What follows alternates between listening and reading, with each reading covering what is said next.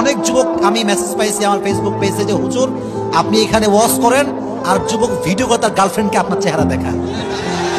यार ये कमाल की बात है, ये कहाँ आ गया यार, আজীব কথা।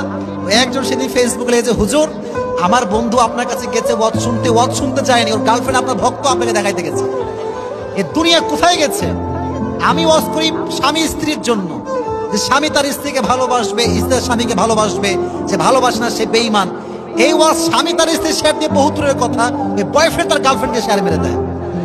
যে যুবকটা জীবনে একটা প্রেমও করে নাই তারে কয় তুই 4টা প্রেম করেছিস, তোর 4টা গার্লফ্রেন্ড আছে। তুমি বলবা যে তোরে আমার ব্যাখ্যা দেওয়ার কোনো প্রয়োজন নাই, তুইও আমাকে চিনিস, আমার রব আমাকে চেনে, তোর জেনে আমার 2 পয়সা আসে যায় না, আমার রব আমাকে জানলে আমার জন্য এনাফ, ঠিক কিনা? তাহলে মাথায় রাখবেন দুনিয়ার যে কেউ যতই ক্ষতি করতে চাক না কেন, বাট হেফাজতের মালিক একজন, আওয়াজ দিয়ে বলেন তো তিনি কে? যুবকরা এখন বলে ইয়ার जो भी हो चलेगा, ये तो जस्ट बॉयफ्रेंड गर्लफ्रेंड रिलेशनशिप। আর যখন বিয়ে করে মেয়ের কোথাও কোনো অ্যাফেয়ার ছিল কিনা, কারোর সাথে কোনো রিলেশন ছিল কিনা, হ্যাঁ 14 ঘাটে পানি খেয়ে আসছে আর মেয়ে চাই নারিকেলের পানির মতো পবিত্র। তুমি যদি 10 ঘাটের পানি খেয়ে আসো, তোমার বউ 20 ঘাটের পানি খেয়ে তোমাকে বিয়ে করবে। সেম হবে। As you are, you will have the same character. যা আছে তাই পাবা।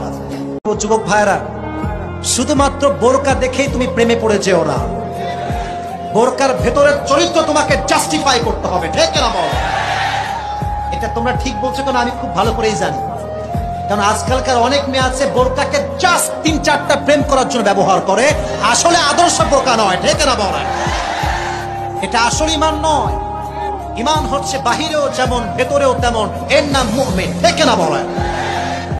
যে তোমারে ভালোবাসে সে দিন শেষে একটা কারণ খুঁজে বের করবে থাকার জন্য, আর যে ভালোই বাসে না সে খালি কারণ খুঁজবে হারিয়ে যাওয়ার জন্য।